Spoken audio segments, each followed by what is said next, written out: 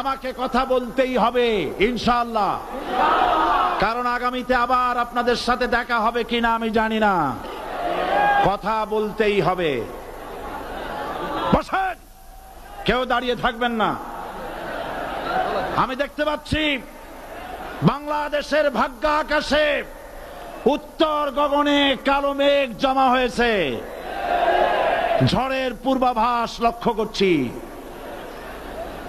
যদি মোকাবেলা করতে না পারেন সক্ষম ভাবে, এমন অন্ধকার গাঢ় কালো অমাবস্যার রাত আসতে পারে যার সুবে সাদেক হওয়া অসম্ভব। সুতরাং আপনারা কি কাপুরুষের মতো কাফের মুশরিকদের গোলামি করে মরতে চান? বিড়ালের মতো 500 বছর বেঁচে থাকার কোনো লাভ নাই। সিংহের মতো 1 ঘন্টা বাঁচতে চাই। আমাদেরকে বলা হয় সাম্প্রদায়িক উস্কানিমূলক কথা নাকি আমি বলি। পত্রপত্রিকা দিছে না তারা? সাম্প্রদায়িক উস্কানি কথা, সাম্প্রদায়িক উস্কানিমূলক কথা বলি।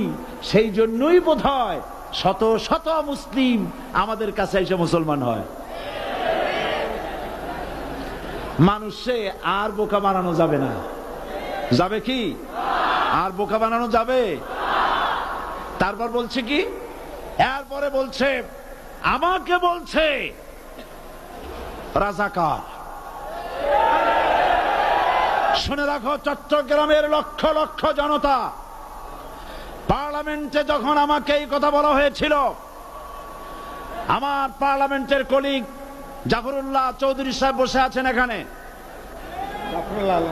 হ্যাঁ, জাফরুল ইসলাম চৌধুরী বসে আছেন পাশে, প্রধানমন্ত্রী সুদ্ধা, অন্তত 3 শতাধিক পার্লামেন্টের সম্মানিত সদস্যরা সেদিন বসা।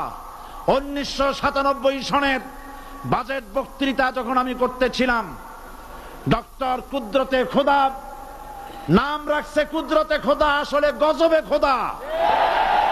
এই লোকটি নাস্তিক, ইসলামের চূড়ান্ত দুশমন। তার প্রণীত শিক্ষা ব্যবস্থার যখন সমালোচনা করছিলাম, ট্রেজারি বেঞ্চ থেকে আমাকে বলা হলো রাজাকার।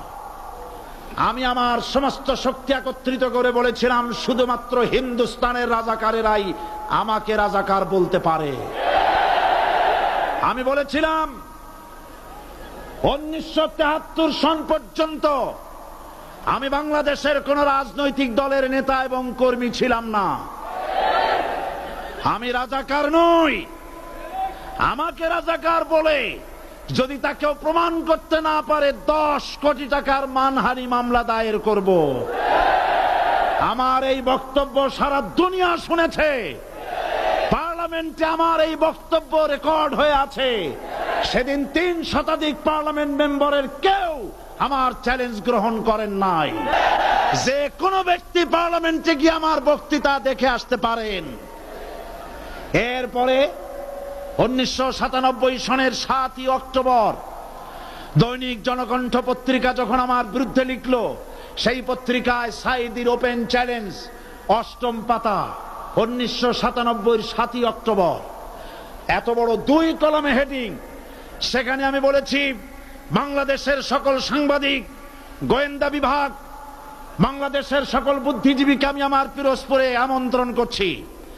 আমার উপস্থিতিতে যদি কেউ প্রমাণ করতে পারে বাংলাদেশের স্বাধীনতা যুদ্ধের বিরুদ্ধে আমার কোনো ভূমিকা ছিল, সজ্ঞানে স্বেচ্ছায় জাতীয় সংসদের সদস্য পদ থেকে পদত্যাগ করব। 3 বছর পার হয়ে গেছে, আজ পর্যন্ত কেউ এই চ্যালেঞ্জের মোকাবেলা করে নাই। সুতরাং আমাকে যারা রাজাকার বলবে তারা পিতৃ পরিচয়হীন অবৈধ সন্তান। 1971 সনের, শোনো মুসলমানেরা, 1971 সনের কোন কাদা সাইদির গায়ে লাগে নাই। আমাকে রাজাকার বলে জনগণ থেকে বিচ্ছিন্ন করবা, জনগণ থেকে আমারে বিচ্ছিন্ন করা যাবে না। কারণ এই জনগণ আমার জন্য আসে না, এই জনগণ আসে আল্লাহর কোরআনের জন্য।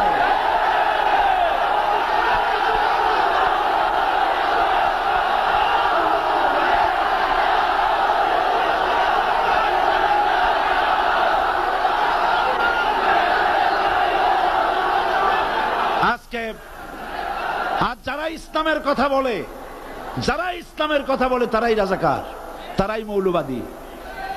মৌলবাদী বললে আমরা অসন্তুষ্ট হই না, কারণ মৌলবাদী শব্দটা আসছে মূল থেকে। মৌল শব্দ এসেছে মূল থেকে। মূলবাদী তার মানে যারা মূলে আছে। মূল হলো কোরআন, মূল হলো হাদিস, মূল হলেন আল্লাহ, মূল হলেন আল্লাহ রসুল। আমরা আছি মূলে। এখন বলেন তো মূলের শক্তি বেশি না আগার শক্তি বেশি? আমাদের যারা মৌলবাদী বলে ওরা হলো আগাবাদী। মূলে আছে কত কোটি? 12 কোটি। মূলে আছে কত কোটি? আর আমাদের যারা মৌলবাদী বলে ওই থাকো গাছের আগায়, আমরা মূলে। লাভালাভি বেশি করবা না, 12 কোটিতে গাছের গোড়া আসতে নানা দেবে, মামু বাড়ি দিল্লি গিয়ে পড়বা, বাংলার জমিনে জায়গা হবে না। এ কথা বিশ্বাস করো। বাংলাদেশের মুসলমানদের শরীরে এক বিন্দু রক্ত থাকতে শয়তানের তৈরি করা ধর্ম নিরপেক্ষ মতবাদ বাংলার জমিনে কায়েম হতে দেওয়া হবে না, হবে না।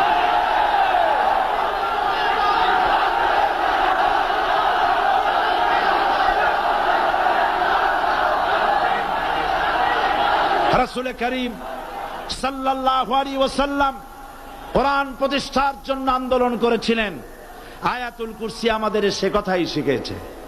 আল্লাহ রাব্বুল আলামিন বলেন, আল্লাহু লা ইলাহা ইল্লা হুয়াল হাইয়ুল কাইয়ুম। প্রাণ খুলে পড়েন, আল্লাহু লা ইলাহা ইল্লা হুয়াল হাইয়ুল কাইয়ুম। আল্লাহ হচ্ছেন তিনি, যিনি ছাড়া কোনো ইলাহ নাই, আইনদাতা নাই, বিধানদাতা নাই।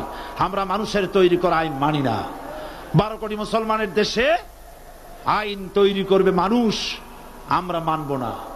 পার্লামেন্টে তৈরি হতে হবে কোরআন দিয়ে, পার্লামেন্টে আইন তৈরি হতে হবে কোরআন দিয়ে। সুতরাং ভয় যতই পান আর যতই ষড়যন্ত্র করেন, 4 দল যখন একত্রিত হয়েছে, ঐক্যবদ্ধ থাকবে, সরকার ঐক্যবদ্ধভাবে গঠন হবে, নির্বাচন ঐক্যবদ্ধভাবে হবে এবং কোরআন হবে, আল কোরআনের পার্লামেন্ট হবে বাংলাদেশে।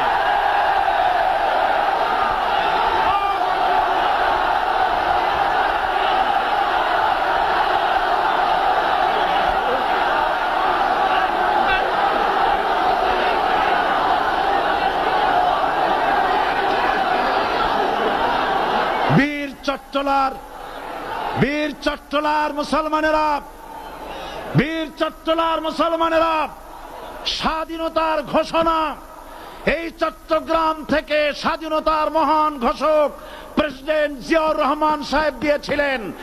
এই চট্টগ্রাম থেকেই ইসলামী রাষ্ট্রের ঘোষণা হবে।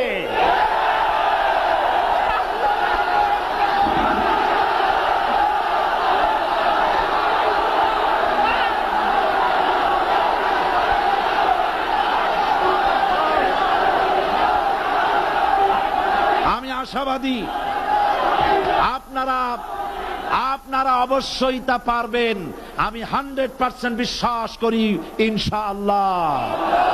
কারণ যে ষড়যন্ত্রের মোকাবেলা করে স্থানীয় রাজনৈতিক দলের নেতৃবৃন্দ কোরআনের মাহফিল সিনায় এনেছেন, আমি প্রথম দিনেই বলেছি চট্টগ্রাম তাফসিরুল কোরআন মাহফিল কোন রাজনৈতিক দলের প্রতিনিধিত্ব করে না।